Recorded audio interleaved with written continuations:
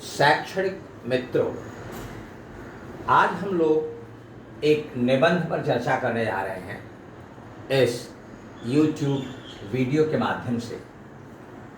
नाम है कल्पनात्मक निबंध। कल्पनात्मक निबंध। कल्पना, हम अपने मस्तिष्क में क्या क्या कल्पना कर सकते हैं, उससे संबंधित जो निबंध होते हैं बोलते हैं कल्पनात्मक निबंध। अक्सर ये निबंध यदि से करके बनते हैं और इसमें प्रतिमा, इमेजरी, अंग्रेजी में शब्द है इमेजरी, हिंदी में है प्रतिमा। प्रतिमा क्या है? जिन चित्रों को देखकर हम उसे अपने मन में सजो लेते हैं उसको हम कहते हैं प्रतिमा। तो अगर हम विषय लें, टॉपिक लें, यदि मैं शिक्षा मंत्री होता। शिक्षा मंत्री सरकार का एक विभाग है शिक्षा, और उसकी देखभाल करने वाला व्यक्ति, उसके संदर्भ में सारी योजनाएं बनाने वाला व्यक्ति, वो होता है शिक्षा मंत्री। तो अगर निबंध हमको लिखना है यदि मैं शिक्षा मंत्री होता, तो सबसे पहले निबंध में हम लोग कहते हैं कि अगर कोई कोटेशन लिखा जाए तो वो बेहतर होता है। तो मैं आपको एक कोटेशन 2-3 बार पहले पढ़कर बता रहा हूँ, सुना रहा हूँ। चंचल चितवन के चिंतन में मानव है मशगूल। चंचल चितवन के चिंतन में मानव है मशगूल। सपनों के गुलदस्ते में खिलते हैं मोहक फूल। सपनों के गुलदस्ते में खिलते हैं मोहक फूल। विचारों के समुद्र में अक्सर डुबकियां लगाता हूँ। विचारों के समुद्र में अक्सर डुबकियां लगाता हूँ। यदि मैं शिक्षा मंत्री होता, यदि मैं शिक्षा मंत्री होता, सुखद चित्र बनाता हूँ, सुखद चित्र बनाता हूँ। मानव कल्पनाशील व्यक्ति है और उसके मन में हर मिनट अलग अलग विचार आते रहते हैं। तो इसी एक परिदृश्य में एक मेरे मन में विचार आया कि अगर मैं शिक्षा मंत्री होता तो क्या क्या करता।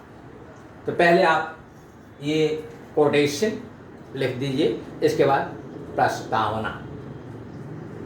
मानव एक चिंतनशील प्राणी है और वह अक्सर किसी न किसी क्षेत्र में विचार करता रहता है, चिंतन करता रहता है, सोचता रहता है। एक दिन स्वाभाविक रूप से शिक्षा क्षेत्र में मैंने अपनी दृष्टि डाली और मेरे मन में एक सुखद विचार आया कि अगर मैं राष्ट्र का शिक्षा मंत्री होता तो क्या क्या करता। तो सबसे पहले शिक्षा मंत्री जीवन में किसी भी काम को करने के लिए 3 P's, 3 अल्फ़ाबेट P। पहला P जो है प्लानिंग, योजना बनाना। दूसरा है P प्रिपरेशन, तैयारी करना। और तीसरा है इम्प्लीमेंटेशन, जिन योजनाओं को बनाया, जिनकी हमने तैयारी की, उसको किस तरह से लागू करना है। ये 3 चीज़ें सबसे पहले, किसी भी क्षेत्र में सफलता के लिए 3 चीज़ें ज़रूरी हैं। तो योजना, तैयारी और उसका लागू करना, ये 3 चीज़। तो पहले योजना में क्या होगा? जो शिक्षा का क्षेत्र है उसमें ये कहा जाता है कि शिक्षा हर मानव का मूलभूत अधिकार है, सबको शिक्षा मिलनी चाहिए। तो सबसे पहले हर व्यक्ति तक, हर बालक तक, हर युवक तक शिक्षा पहुंची। इसके लिए एक योजना बनाई जाती जो शहर शहर, गांव गांव, घर घर तक पहुंचती। शिक्षा अलग अलग है। प्राथमिक शिक्षा, प्रारंभिक शिक्षा, माध्यमिक शिक्षा, उच्च माध्यमिक शिक्षा, उच्च शिक्षा, तकनीकी शिक्षा, इसके अलग अलग स्वरूप हैं। प्राथमिक शिक्षा जो केजी, किंडरगार्टन, उसके लिए पहले योजना, फिर प्रारंभिक शिक्षा जिसको हम कहते हैं प्राइमरी, 1 से 4 तक। इसके बाद है माध्यमिक शिक्षा, 5 से 8 तक। और इन सबका स्वरूप अलग अलग होता है, अलग अलग करना पड़ता है। एक हमारा अध्ययन है, एक हमारा उद्देश्य है कि शिक्षा का उद्देश्य है बालक का सर्वांगीण विकास करना। बालक केवल पुस्तक का कीड़ा नहीं होना चाहिए। हम ऐसे छात्र को तैयार नहीं करना चाहते जो केवल किताबी कीड़ा हो, बुकवर्म नहीं। बच्चे का सर्वांगीण विकास होना चाहिए जिसमें शिक्षा के जो मुख्य अंग हैं, ज्ञान, आकलन, कौशल्य और उपयोजन। तो इन चारों चीजों को बच्चे के अंदर प्रस्फुटित करने के लिए अलग अलग टूल्स हैं, अलग अलग तत्व हैं। पहला है पाठ्यक्रम। पाठ्यक्रम जो पुस्तक निर्धारित की जाती है उसको हम पाठ्यक्रम कहते हैं। तो ये जो पाठ्यक्रम होना चाहिए बड़ा व्यावहारिक होना चाहिए। केवल सिद्धांतवादी पुस्तक को पढ़कर हम ऑलराउंड डेवलप नहीं कर सकते, सर्वांगीण विकास नहीं होगा। उसमें क्या होना चाहिए कि व्यावहारिक ज्ञान होना चाहिए। अगर हम बच्चे को पार्ट्स ऑफ स्पीच बताते हैं तो पार्ट्स ऑफ स्पीच में हमें ऐसी चीज़ों को उनके सामने प्रस्तुत करना पड़ेगा जो वो ऑडियो विजुअल उसको देख भी रहे। हमने कहा कि संज्ञा किसी भी चीज के नाम को या नामदर्शक शब्द, नामबोधक शब्द संज्ञा है, तो हमें वो नाम बताना पड़ेगा। सूर्य, देवता, विद्यालय, ऐसे उनको एक व्यावहारिक ज्ञान देंगे। फिर है सहगामी प्रक्रियाएं। सहगामी करिकुलर एक्टिविटीज और रिलेटेड टू सिलेबस, को करिकुलर एक्टिविटीज। सहगामी विद्यालय में अलग अलग प्रतियोगिताओं का आयोजन किया जाए। वक्तृत्व स्पर्धा, वाद विवाद स्पर्धा, अंत्याक्षरी, कहानी कथन, कविता पाठ, इस तरह के बहुत सारे जो सहगामी कार्यक्रम हैं उनको अक्सर किया जाए। उसके आगे है अतिरिक्त सहगामी क्रियाएं, खेलकूद, को curricular activities, extra curricular activities. उसमें जितने खेल हैं, खेल 2 प्रकार के हैं। एक है आंतरिक खेल जो एक परिधि में खेला जाता है, इंडोर गेम्स, और आउटडोर गेम्स जो मैदानों में खेले जाते हैं। तो बच्चे की प्रकृति को देखकर, उसकी प्रतिभा को देखकर उसे एक विशेष क्षेत्र में हम प्रशिक्षण देंगे, ट्रेनिंग देंगे। The child must be recognised right in the beginning what is his aptitude and accordingly. और आगे जो बच्चा 8th में पहुंच जाता है वहाँ तक तो वह किसी भी ज्ञान की प्राथमिक चीज़ों को, जो ज़रूरी चीज़ें हैं, उनको सीखता है। ज्यों ही वो 9th में पहुंचता है तो उस समय हम उसके उपयोजन पर, उसकी प्रतिभा पर ज़्यादा ध्यान देते हैं। तो 9th तक आते आते बच्चे की प्रतिभा के अनुसार, उसकी प्रवृत्ति के अनुसार, उसके रुचि के अनुसार उसको हम वर्गीकृत कर दें कि वह लिटरेचर पढ़ना चाहता है, वो विज्ञान पढ़ना चाहता है, विज्ञान में वो या तो अभियांत्रिकी पढ़ना चाहता है या चिकित्सा पढ़ना चाहता है, या उसका ध्यान, उसकी रुचि फिल्मों में है, नृत्य में है या एक्टिंग में है, इन सब चीज़ों को समझकर उन्हें हम लगातार प्रशिक्षण देते रहें। और उच्च शिक्षाएं जैसे तकनीकी की हैं, शिक्षा के आज नए नए आयाम आ रहे हैं शिक्षा में, जेनेटिक्स आ गया है, बायोलॉजिकल साइंस है, केमिकल इंजीनियरिंग है,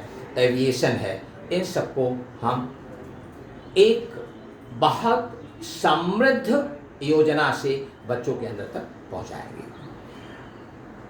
आज शिक्षा में राजनीति का जो दखल है उसे जो है थोड़ा अलग ढंग से देखा जाए। शिक्षा में उन प्रतिभाओं को ही लिया जाए जो शिक्षा के लिए वास्तव में समुचित हैं।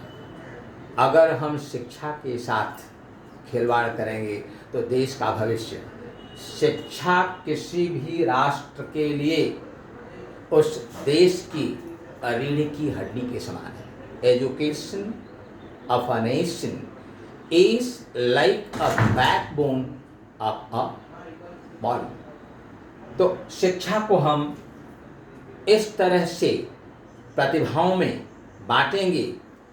यहाँ तक शिक्षक का सवाल है, the best of the knowledgeable people should be brought into the education।